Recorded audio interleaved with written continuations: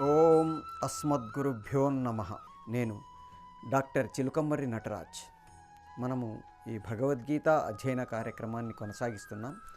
ఈ అధ్యయన కార్యక్రమంలో మనం రోజు ఒక శ్లోకమో రెండు శ్లోకాలు తీసుకొని దాంట్లో ఉండే విశేషాలన్నింటినీ అనలైజ్ చేసుకోవడానికి ప్రయత్నం చేస్తున్నాం. పెద్దలు చెప్పిన వ్యాఖ్యానాలలో నుంచి ఈ ప్రస్తుత సమాజానికి ఏవి ఉపయోగపడతాయి, వాటిని మనం ఎలా చూడాలి అనే విషయాల గురించి మనం అధ్యయనం చేస్తూ వస్తున్నాం. ఈరోజు మనం ఆ ప్రాసెస్లో 22వ శ్లోకం అధ్యయనం చేయడానికి ప్రయత్నం చేద్దాం. ఇంతవరకు జరిగిన దాన్ని ఒక్కసారి ఇట్లా మనం బేరీజ్ వేసుకొని శ్లోకంలోకి వెళ్ళడానికి ప్రయత్నం చేద్దాం. వ్యాస భగవానుడి అనుగ్రహంతో సంజయుడు దివ్యదృష్టితోటి యుద్ధరంగంలో జరుగుతున్నవేంటో చూస్తూ వాటి విశేషాలని ధృతరాష్ట్రుడికి తెలియజేస్తున్నాడు. ధృతరాష్ట్రుడు ఆ ధర్మక్షేత్రమైన కురుక్షేత్రంలో నా వాళ్ళు పాండవులు ఏం చేస్తున్నారు చెప్పు సంజయ్ అని అడిగితే దుర్యోధనుడు ఏం చేశాడు, తర్వాత ఏం జరిగింది, దుర్యోధనుడు ద్రోణుడితో ఏం మాట్లాడాడు, ద్రోణుడు ఎలా రియాక్ట్ అయ్యాడు, ఆ తర్వాత భీష్మ పితామహుడు ఏం చేశాడు, ఆ తర్వాత భీష్మ పితామహుడు శంఖం పూరించిన వెంటనే ఆ కౌరవ సైన్యం ఎలా రియాక్ట్ అయింది, ఆ తర్వాత పాండవ సైన్యం ఎలా చేసింది, కృష్ణుడు, అర్జునుడు, తర్వాత సాత్యకి, కుంతిభోజుడు, ఆ కాశీరాజు, ఇట్లా వీళ్ళందరూ వాళ్ళ శంఖాలని ఎలా పూరించారు, వాళ్ళ దగ్గర ఉండే పద్ధతి ఏంటి, వీళ్ళ దగ్గర ఉండే పద్ధతి ఏంటి, వీటన్నిటిని గురించి తెలుసుకున్న తర్వాత అర్జునుడు అచ్యుతుడు అంటే కృష్ణుడితో, కృష్ణ రెండు సైన్యాల మధ్యలోకి మన రథాన్ని తీసుకువెళ్ళి ఆపు అని అడిగాడు. అప్పుడు ఎందుకు ఆపమన్నాడు అనేది మనం తెలుసుకోవడానికి ప్రయత్నం చేద్దాం. సేనయోర్యుభయోర్ మధ్యే రథం స్థాపయమేచ్యుత అని అడిగాడు. ఎందుకయ్యా అంటే ఇప్పుడు మనం ఆ శ్లోకంలో అసలు ఎందుకు రెండు సేనల మధ్యలో తన రథాన్ని ఆపమని కృష్ణుణ్ణి అడిగాడు. ఈరోజు 22వ శ్లోకం మనం అధ్యయనం చేసుకోవడానికి ప్రయత్నం చేద్దాం. యావదేతాన్ నిరీక్షేహం యోద్ధుకామానవస్థితాన్ కైర్మయా సహ యోద్ధవ్యమస్మిన్ రణసముద్యమే. ఇది ఇవాళటి శ్లోకం. ఈ శ్లోకంలో మామూలుగా చూస్తే ఆ రెండు రథాల మధ్యలో ఆ రెండు సైన్యాల మధ్యలో రథాన్ని ఆపితే ఆయన ఏం చేస్తాడట, యావద్ ఏతాన్ నిరీక్షేహం, ఈ మొత్తాన్ని, ఏతాన్ ఆ యొక్క మొత్తాన్ని అంటే రెండు సైన్యాలని, నిరీక్షేహం నేను చూడబోతున్నాను, చూడాలనుకుంటున్నాను. ఎవరట, యోద్ధుకామానవస్థితాన్ అంటే యుద్ధం చెయ్యాలనే ఇష్టంతో, కోరికతో ఎవరెవరైతే అక్కడ అవస్థితులై ఉన్నారో, నిలబడి వేచి ఉన్నారో, కైర్మయా సహ కహ మయా సహ అంటే నాతో కూడా, యోద్ధవ్యమస్మిన్ రణసముద్యమే ఈ యుద్ధారంభ సమయంలో రణసముద్యులై ఎవరెవరు అక్కడ వేచి ఉన్నారో నేను చూద్దామనుకుంటున్నానయ్యా. ఈ యావద్ ఏతాన్ మొత్తం అందరినీ నేను ఒకసారి చూడాలనుకుంటున్నాను ఓ కృష్ణ, అందుకని నా రథాన్ని తీసుకువెళ్ళి అక్కడ ఆపవయ్యా అని అడిగాడు. ఇది మామూలుగా మనకు కనపడే శ్లోకం. ఎందుకు చూడాలి, అర్జునుడికి ఎందుకు చూడాలనిపించింది, రెండు సైన్యాల మధ్యలో ఎవరెవరు యుద్ధానికి సిద్ధంగా ఉన్నారు, కహ ఎవరు, మయా సహ నాతో కూడా యుద్ధం చేయడానికి ఎవరు సిద్ధంగా ఉన్నారు. దీన్ని మనం అనలైజ్ చేసుకుంటే ఇద్దరిని అడుగుతున్నాడు. మయా సహ కహ నాతో పాటుగా ఎవరు, నాతో పాటుగా ఎవరిలో మనం ఒక గమ్మత్తు ప్రయోగం ఇది. నాతో యుద్ధం చేసేవాళ్ళెవరు, నాతో సహా నా వైపు ఉండి యుద్ధం చేసేవాళ్ళెవరు, ఇద్దరిని తెలుసుకోవాలనుకుంటున్నాడు. అంటే నాతో కలిసి నా వైపు యుద్ధం చేసేవాళ్ళెవరు, నా ఎదురుగా నిలబడి నాతో యుద్ధం చేసేవాళ్ళెవరు, రెండూ నాతో యుద్ధం చేసేవాళ్ళెవరే. కానీ గొప్ప భారతీయ భాషల్లో, సంస్కృత భాషలో ఇలాంటి పదప్రయోగాలు మనకి చాలా చాలా చాలా కనబడతాయి. ఒక చిన్న వాక్యంతో, ఒక చిన్న అక్షరంతో కొన్ని లక్షల అర్థాల్ని మనం స్ఫురింపజేస్తాము. నాతో యుద్ధం చేసేవాళ్ళు ఎవరు అంటే నాతో కలిసి యుద్ధం చేసేవాళ్ళు ఎవరు, నాకు ఎదురుగా నిలబడి యుద్ధం చేసేవాళ్ళు ఎవరు, ఈ రెండు చూద్దామనుకుంటున్నాడు. అందులో మళ్ళీ యోద్ధు కామానవస్థితాన్ అంటే యుద్ధం చేయాలనే ఇష్టంతో ఎవరున్నారు, యుద్ధం చేద్దామని ఎవరున్నారు. అదేంటండి, యుద్ధం చేద్దామని ఉండడం ఏంటి, యుద్ధం చేద్దామనే ఇష్టంతో ఉండడం ఏంటి? భీష్ముడు కానీ, ద్రోణుడు కానీ, శల్యుడు కానీ ఇలాంటి వాళ్ళందరూ నిజానికి యుద్ధం చేద్దామనే ఇష్టంతో లేరు. తప్పదు కాబట్టి, యుద్ధము చేసి తీరాలి కాబట్టి, రాజాజ్ఞ కాబట్టి అక్కడ వాళ్ళు నిలబడున్నారు. కొంతమంది యుద్ధం కోసమే నిలబడున్నారు. కామానవస్థితాన్ యుద్ధం చేయాలనే కోరికతో నిలబడున్నారు. అక్కడ అవస్థితులై ఉన్నవాళ్ళు ఎవరు యుద్ధం చేయాలనే కోరికతో ఉన్నారు, ఎవరు యుద్ధం తప్పక చేద్దామనుకుంటున్నారు, ఎవరు నాతో యుద్ధం చేద్దామనుకుంటున్నారు, ఎవరితో నేను యుద్ధం చెయ్యాలి. వీళ్ళందరినీ నిరీక్షేహం చూస్తాను, పశ్యామి అనొచ్చు, చూద్దామనుకుంటున్నాను అనొచ్చు. నిరీక్షేహం అక్కడ గొప్ప పదాలు. నిరీక్షించడము, నిరీక్షేహం అంటే చూడకోరుతున్నాను, తెలుసుకోగోరుతున్నాను, వాళ్ళను గ్రహించాలనుకుంటున్నాడు, ఎవరెవరితో యుద్ధం చేయాల్సిన అవసరం ఉంది. ఇది మనకు మామూలుగా కనబడే అర్థం. ఇప్పుడు దీన్ని మనం మన ప్రజెంటు దీనికి అన్వయించుకుంటే, ఒక ప్రాజెక్ట్ సెలెక్ట్ చేసుకున్నాము, ఒక పని సెలెక్ట్ చేసుకున్నాము, ఏదైనా ఒక పనిని ముందు అనుకున్నప్పుడు ఆ పనిని మనం ఎలా చెయ్యాలి, చెయ్యడానికి ముందే స్టార్టింగ్లోనే రణసముద్యమే, యుద్ధారంభంలోనే అంటే ఆ ప్రాజెక్టును స్టార్ట్ చేసేటప్పుడే మొత్తం పర్ఫెక్ట్గా బలాబలాలన్నీ బేరీజ్ వేసుకోవాలి. ఎవరు మన వైపు ఉన్నారు, ఎవరు అవతల వైపు ఉన్నారు, ఎవరు ఇష్టంతో పనిచేస్తున్నారు, ఎవరు ఇష్టం లేకుండా మొక్కుబడిగా చేస్తున్నారు, ఎవరు ప్రాణం పెట్టడానికి సిద్ధంగా ఉన్నారు, ఎవరు ఎందుకులే నాకు తలనొప్పి అనుకుంటున్నారు. అక్కడ గొప్ప ఎనాలిసిస్ని మనకి ఈ భగవద్గీతలో ఈ శ్లోకం తెలియజేస్తుంది. ప్రతిదీ మనం ఇంతకుముందు మాట్లాడుకున్నాం ఒక పాయింట్లో, ఇలా 5 పీస్ ఆఫ్ ప్లానింగ్ ఉంటుంది అని. ఫస్ట్ది ప్రాజెక్ట్ సెలెక్షన్, మనం ఒక ప్రాజెక్ట్ని సెలెక్ట్ చేసుకుంటాము. దాని తర్వాత దానికి సంబంధించిన second P planning, third C preparations, fourth C practice, last C presentation. ఈ 5 స్టేజ్లలో మనం ఒక పనిని కంప్లీట్ చేయడానికి ప్రయత్నం చేస్తాము. ఇక్కడ అర్జునుడు ఆల్రెడీ ప్రాజెక్ట్ సెలెక్షన్ అయిపోయింది, ఇప్పుడు ప్లాన్ చేసుకోవాలి.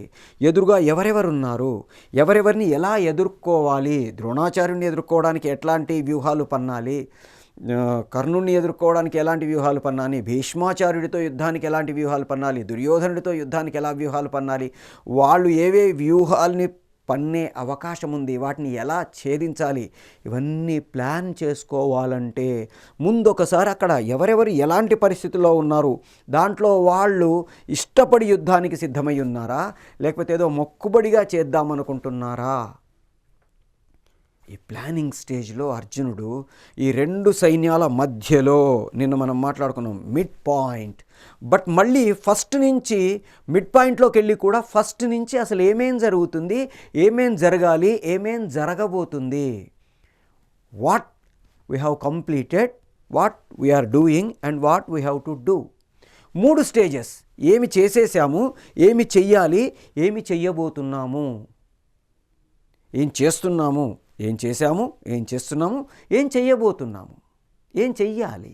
ఇలా 3 స్టేజెస్ని బేరీజ్ వేసుకోవడానికి ముందే స్టార్టింగ్లోనే రణసముద్యమే అంటే యుద్ధ ఆరంభకాలంలోనే అస్మిన్ రణసముద్యమే, ఇప్పుడు ఈ స్పాట్లో 2 సేనల మధ్యలో ఎవరెవరున్నారో నేను చూద్దామనుకుంటున్నాను, తెలుసుకోవాలనుకుంటున్నాను. ఇక్కడ కహ మయా సహా, కహ్ అంటే నీరు అని అర్థం ఉంది, తేజస్సు అని అర్థం ఉంది, సూర్యుడు అని అర్థం ఉంది, ఆత్మ లేదా మనస్సు అని అర్థం ఉంది. నేను కూడా యుద్ధం చెయ్యాలి. నాతో వచ్చేదెవరు అంటే నాతో పాటు సమానంగా యుద్ధం చేసేదెవరు, నాకు వ్యతిరేకంగా యుద్ధం చేసేదెవరు, నేను నాతో ఏం యుద్ధం చేసుకోవాలి, నన్ను నేను ఎలా ప్రిపేర్ చేసుకోవాలి. కహ మయా సహా, నాతో కూడా, కహ ఎవడు, నేనే, నాకు నేనే ఏం చేసుకోవాలి.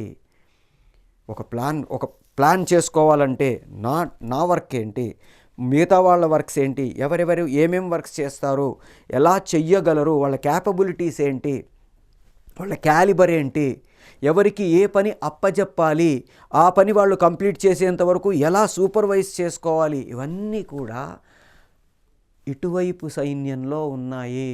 నిజానికి మనం ఇంతకుముందు ఒక శ్లోకంలో కూడా మాట్లాడుకున్నాం, అవతల వైపు భీష్ముడు ఉన్నాడు. భీష్మాచార్యుడి అనుభవం ముందు ఇక్కడ ఉన్న వాళ్ళు ఎవ్వరూ సరిపోరు. మన దాసనారాయణరావు గారు డైలాగ్ రాశారు, పిచ్చివాడా నా అనుభవం అంత లేదురా నీ వయస్సు అని. అలా ఆయన నిజానికి యుద్ధాలు చేస్తూ మధ్యలో విశ్రాంతి తీసుకున్నంత వయస్సు కూడా యువతలి వాళ్ళల్లో లేదు. నిజానికి దుష్టద్యుమ్నుడు భీష్ముడితో పోలిస్తే పిల్లకాకి, కానీ ఇటువైపు దుష్టద్యుమ్నుడిని సైన్యాధిపతిగా నియమించుకున్నారు. అంటే వీళ్ళల్లో ఆ టీం వర్క్ పట్ల అందరం కలిసి మనం పర్ఫెక్ట్గా వర్క్ చేసుకోగలము. లీడర్ ఎవరు అనేది ఇక్కడ అసలు వీళ్ళ వైపు సమస్యే కాదు, ప్రాబ్లమే కాదు. అవతలి వైపు ప్రతి వాళ్ళు లీడర్షిప్ కోసం గొడవే. కర్ణుడిని నువ్వు అర్ధరథుడు అన్నావని నేను యుద్ధం చేయడానికి అలిగి వెళ్ళిపోయాడు. భీష్ముడా ద్రోణుడా ఎవరిని? ఇప్పుడు భీష్ముడి దగ్గరికి వెళ్ళకుండా ద్రోణుడి దగ్గరికి వెళ్ళి దుర్యోధనుడు మాట్లాడుతున్నాడు. అంటే ఎవరు లీడరు, ఎవరితో మాట్లాడాలి, ఎవరికి ఏ పని చెప్పాలి, అవతలి వైపు క్లారిటీ లేదు. వాళ్ళలో ఉండే ఆ కన్ఫ్యూజన్ స్టేట్ వాళ్ళు ఓడిపోవడానికి కారణమైతే, ఇటువైపు ఎవరెవరు ఏ ఏ పనులు చెయ్యాలి, ఎప్పుడు చెయ్యాలి, ఎందుకు చెయ్యాలి పర్ఫెక్ట్ క్లారిటీతో ఉన్నారు. దానివల్ల వీళ్ళ వైపు తక్కువ సైన్యం ఉన్న దాదాపుగా 4 అక్షౌహిణీల సైన్యం వీళ్ళకు తక్కువగా ఉంది. వీళ్ళ సైన్యం 7 అక్షౌహిణీలే, అవతల వైపు 11 అక్షౌహిణీల సైన్యం ఉంది. అయినా వీళ్ళు గెలిచారు. కారణం ఏంటంటే ప్రతి వాళ్ళు ఎవరెప్పుడు ఏం చెయ్యాలి. మనం ఇంతకుముందు ఒక శ్లోకంలో మాట్లాడుకున్నాం, పృథక్ పృథక్, అందరూ కలిసి విడివిడిగా, అందరూ కలిసి ఒక టీంలా పనిచేస్తున్నారు, ఎవరి పన్ను వాళ్ళు చేస్తున్నారు. ఇక్కడ అర్జునుడు ప్రారంభంలోనే నిజానికి దుష్టద్యుమ్నుడు కదా సైన్యం వ్యూహాన్ని పన్ని సెట్ చేయాల్సింది, ఆయన చెప్పినట్టు వినాలి కదా. వింటాడు. ఎవరికి వాళ్ళు వాళ్ళ క్యాలిబర్, వాళ్ళ క్యాపబిలిటీస్ని ప్రదర్శించే ప్రాసెస్లో పక్క వాళ్లకు అడ్డు రాకుండా, కహ మయా సహా, నాతో ఉండేవాళ్ళు ఎవరు, అవతలు ఉండేవాళ్ళు ఎవరు తెలుసుకోవడం దేనికి అంటే మన వాళ్ళల్లో ఎవరెవరు వీరులు ఉన్నారో వాళ్ళని ఏ ఏ పనులకు ఉపయోగించుకుంటున్నాము ఒక పద్ధతి. అంటే ఎవరెవరు ఎదుర్కొంటారు, ద్రోణాచార్యుని ఎవరు ఎదుర్కొంటాడు, భీష్మాచార్యుని ఎవరు ఎదుర్కొంటారు, దుర్యోధనుని ఎవరు ఎదుర్కొంటారు, దుశ్శాసనుని ఎవరు ఎదుర్కొంటారు, శల్యుణ్ణి ఎవరు ఎదుర్కొంటారు, సోమదత్తుని ఎవరు ఎదుర్కొంటారు, సౌమిదత్తుని ఎవరు ఎదుర్కొంటారు, అవతలి వైపు ఉండే వాళ్ళలో ఎవరెవరు ఎదుర్కోవాలో పర్ఫెక్ట్గా ప్లాన్ చేసుకోవాలి. మనం ప్రాజెక్ట్ తీసుకున్నప్పుడు అవతల ఒక 10 మందిని మనం టీంలో పెట్టుకున్నాము. 10 మందిలో కొంతమందికి కొన్ని స్పెషాలిటీస్ ఉంటాయి. ఉదాహరణకి ఒక యానిమేషన్ ప్రాజెక్ట్ అనుకుందాం, ఒకళ్ళు ఫ్రేమ్ వర్క్ బాగా చేస్తారు, ఒకళ్ళు ఎడిటింగ్ బాగా చేస్తారు, ఒకళ్ళు కలర్ కరెక్షన్స్ బాగా చేస్తారు. ఇట్లా వీటిల్లో వాళ్ళు ఏం చేయగలరు. ఓ సినిమా చేస్తున్నాము, డైరెక్షన్ డిపార్ట్మెంట్లో ఎవరెవరిని పెట్టుకోవాలి. ఒక ఆపరేషన్ చేస్తున్నాను, సర్జికల్ నైఫ్స్ అవి సడన్ పర్ఫెక్ట్గా టైంకి అందించేవాళ్ళు లేకపోతే 1 సెకండ్ లేట్ అయినా ఆ కాటన్ తీసుకొని ఆ బ్లడ్ బయటకు వచ్చిన బ్లడ్ని ఆపడం 1 సెకండ్ లేట్ అయినా మనిషి ప్రాణం పోయే అవకాశాలు ఉంటాయి. అందుకని ఎవరెవరు ఏమేం పనులు చేయాలి, ఎనస్థీషియా ఇచ్చేవాడు ఎంత ఇవ్వాలి, ఎనస్థీషియా కొంచెం ఎక్కువ ఇచ్చినా మొత్తం బాడీ పారలైజ్ అయిపోయే అవకాశం ఉంటుంది. కాకూడదు. ఎనస్థీషియా ఎవరు ఇవ్వాలి, నర్సింగ్ ఎవరు చేయాలి, సపోర్టింగ్ ఎవరు చేయాలి, మెయిన్ ఆపరేషన్ ఎవరు చేయాలి, కుట్లు ఎవరు వేయాలి, ఇట్లా ప్రతిదీ మనం ఎట్లాగైతే ఒక ఆపరేషన్ చేసినప్పుడు ఎట్లా వర్క్ చేసుకుంటామో, ఒక సినిమా చేసినప్పుడు, ఒక బిజినెస్ చేసేటప్పుడు ఎవరెవరికి ఏం అప్పచెప్పాలి, మార్కెటింగ్ ఎవరికి అప్పచెప్పాలి, ఇన్పుట్స్ ఎవరికి అప్పచెప్పాలి, బిజినెస్ ప్లానింగ్ ఎవరికి అప్పచెప్పాలి, ప్రొడక్షన్ ఎవరికి అప్పచెప్పాలి, రిటైల్స్ ఎవరికి అప్పచెప్పాలి, హోల్సేల్ ఎవరికి అప్పచెప్పాలి, టోటల్గా సూపర్విజన్ ఎవరికి అప్పచెప్పాలి. ఇట్లా ప్రతి వర్క్లో దానికి సంబంధించిన బేసిక్స్ ఉంటాయి. అలా ఇక్కడ అర్జునుడు యుద్ధ ప్రారంభ సమయంలో రణసముద్యమే అంటే మొదలు పెట్టడానికి ముందే ఆరంభంలోనే ఎవరెవరు ఏం చెయ్యాలి వాటిని బేరీజు వేసుకోవాలి అని అనుకున్నాడు. అది తర్వాత ఏమైంది అనేది నెక్స్ట్. అక్కడికి వెళ్ళిన తర్వాత వాళ్ళందరినీ చూసేసరికి అర్జునుడికి విషాదం వచ్చిందా అవన్నీ తర్వాత. బట్ ప్లానింగ్ చేసుకుందాం అనుకున్న స్టేజ్ ఈ స్టేజిలో తను 2 సైన్యాల మధ్యలో తన రథాన్ని తీసుకువెళ్ళి ఆపమని కృష్ణుడికి చెప్పి అక్కడ ఎవరెవరు ఉండబోతున్నారు, ఎవరు ఇష్టంతో అంటే అవస్థితులు అంటే యుద్ధం చేద్దామని ఇష్టపడి ఉన్నవాళ్ళు ఎవరు, ఏదో మొక్కుబడిగా యుద్ధం చేస్తున్నారు కొంతమంది, వాళ్ళెవరు, వాళ్ళని ఒక శత్రువర్గాల్ని ఎదుర్కొనేటప్పుడు వాళ్ళ బలాలు బలహీనతలు తెలుసుకోవడం చాలా అవసరము. ఇక్కడ ఇష్టం లేకుండా ఎవరైతే యుద్ధం చేస్తున్నారో వాళ్ళని కొంచెం టార్గెట్ చేయగలిగితే, ఇష్టపడి యుద్ధం చేసే వాళ్ళని వీళ్ళు ఓడిపోతున్న కొద్దీ వాళ్ళల్లో తెలియకుండా ఒక నర్వస్నెస్ వస్తుంది. ఒక 10 మంది ఉన్నారు, ఒకడు పడిపోయాడు, 9 మంది, ఇంకొకడు పడిపోయాడు 8, అంటే వాళ్ళ సంఖ్య తగ్గుతూ ఉన్న కొద్దీ తెలియకుండా మిగతా వాళ్ళల్లో ఒక చిన్న అభద్రతాభావము, భయము, అస్థిరము ఇవన్నీ ఏర్పడుతూ ఉంటాయి. మనం ఒక వర్క్ కంప్లీట్ చేసేటప్పుడు అది కంప్లీట్ అవుతున్నా కొద్దీ కాన్ఫిడెన్స్లు పెరుగుతున్నాయి, అవి అవ్వకుండా ఆగిపోతున్నా కొద్దీ కాన్ఫిడెన్స్ లెవెల్స్ పడిపోతూ ఉంటాయి, నర్వస్నెస్ పెరుగుతూ ఉంటుంది. ఈ రెండు మన వైపు కాన్ఫిడెన్స్ పెంచాలి, అవతల వైపు నర్వస్నెస్ పెంచాలి. ఇది యుద్ధ నీతి. మనం ఏ పని చేసినా మన టీంలో కాన్ఫిడెన్స్ని పెంచాలి. అవతల మనం ఎవరైతే మనం సబ్మిట్ చేసేవాళ్ళు కావచ్చు, లేకపోతే మన ఆపోజిట్ ఫోర్స్ కావచ్చు, వాళ్ళల్లో నర్వస్నెస్ పెంచాలి. ఇది స్టార్టింగ్ స్టేజ్లో చేసేస్తే తర్వాత వర్క్ అంతా good start is the 70% of the completion of the work అంటాం. అంటే మంచి ప్రారంభం 70% పని కంప్లీట్ చేసేసినట్టే, పూర్తి అయిపోయినట్టుగానే, విజయం సిద్ధించినట్టుగానే అనిపిస్తుంది. అందుకే మంచి ప్రారంభం ఎప్పుడూ కూడా గొప్పది. అందుకనే ప్రారంభ సమయంలోనే ఎవరెవరి ఏంటి తెలుసుకుందామని అర్జునుడు అనుకుంటున్నాడు. దానికోసం కృష్ణుణ్ణి తీసుకెళ్ళి అక్కడ 2 సైన్యాల మధ్యలో ఆపమని అడిగాడు. దాన్ని మనము ఒక ప్రాజెక్ట్ సెలెక్ట్ చేసుకున్నప్పుడే స్టార్టింగ్ స్టేజ్లోనే ఏమేం చెయ్యాలి, ఎలా చెయ్యాలి, వర్క్ డివిజన్ ఏంటి, వర్క్ బైఫర్కేషన్ ఏంటి, వీటన్నిటిని మనం స్టార్టింగ్లో బేరీజు వేసుకోగలిగితే మనం చేయాలనుకున్న ప్రాజెక్టు లేదా వర్క్ ఏదైతే ఉందో అది పర్ఫెక్ట్గా సక్సెస్ఫుల్గా పూర్తవుతుంది. భగవద్గీతలో ఈ సమయంలో మనకి ఈ శ్లోకం తెలుస్తుంది. ఇక్కడ కహ్ ఎవడు, కహ్ ఆత్మ, ఈ 2 నేను బేరీజ్ వేసుకునేవి, అవతలి వాళ్ళను బేరీజ్ వేసేవి కూడా ఇక్కడ మనకి తెలియజేస్తున్నాయి. మనం ఇంతకుముందు ఒక అధ్యాయం ఎపిసోడ్లో మాట్లాడుకున్నాం. స్వాట్ ఎనాలిసిస్ అంటాం. అంటే strength, weakness, opportunities and threats. అంటే మన బలాలేంటి, మన బలహీనతలేంటి, మనకున్న అవకాశాలేంటి, మనకున్న అడ్డంకులేంటి. ఇక్కడ అర్జునుడికి తన బలాలేంటి, గొప్ప యోధులు, టీం వర్క్, ఇవన్నీ వాళ్ళకున్న బలాలు. బలహీనతలేంటి, అవతలి వాళ్ళల్లో తమ్ముళ్ళు, అన్నలు, తాతలు, స్నేహితులు అందరూ ఉన్నారు. వాళ్ళ మీద యుద్ధం చేసేటప్పుడు కొంచెం ఆలోచించాల్సి వస్తుంది, బలహీనత. ఆపర్చునిటీస్ ఏంటి, అవతల తమకి సపోర్ట్గా ఉండే భీష్ముడు, ద్రోణుడు ఇట్లాంటి వాళ్ళు కొంతమంది మనకి సపోర్ట్గా ఉన్నవాళ్ళు ఉన్నారు. అడ్డంకులేంటి, దుర్యోధనుడు కానీ, కర్ణుడు కానీ, భీష్ముడు కానీ, ద్రోణుడు కానీ వాళ్ళు చాలా గొప్ప యోధులు. అంత తొందరగా వాళ్ళని జయించడం కష్టం. ఒకళ్ళు తాతగారు స్వచ్ఛంద మరణం వరం ఉన్నవాళ్ళు. ఆయన అనుకుంటే తప్ప ఆయనని ఎవ్వడు చంపలేడు. ఆయనంతటా ఆయన అనుకుంటే తప్ప చివరికి మృత్యువు కూడా ఆయనను దరిచేరదు. అది భీష్మాచార్యుడి బలం. అది మనకు అడ్డంకి. ద్రోణాచార్యుడు వీళ్ళందరికీ అస్త్రశస్త్రాలు నేర్పిన గురువు గారు. ఆయన తలుచుకుంటే బ్రహ్మశిరోనామకాస్త్రం వేసి మొత్తం ఈ 7 అక్షౌహిణీల్ని ఒక్కరోజు నాశనం చేసి ఉండేవాడు. తలుచుకోలా. ఎందుకు తలుచుకోలా? 2 కారణాలు. ఒకటి, ఆ అవతలి వైపు ఉండే సైన్యం ధర్మం కోసం పోరాడుతుంది, ధర్మబద్ధంగా పోరాడుతుంది.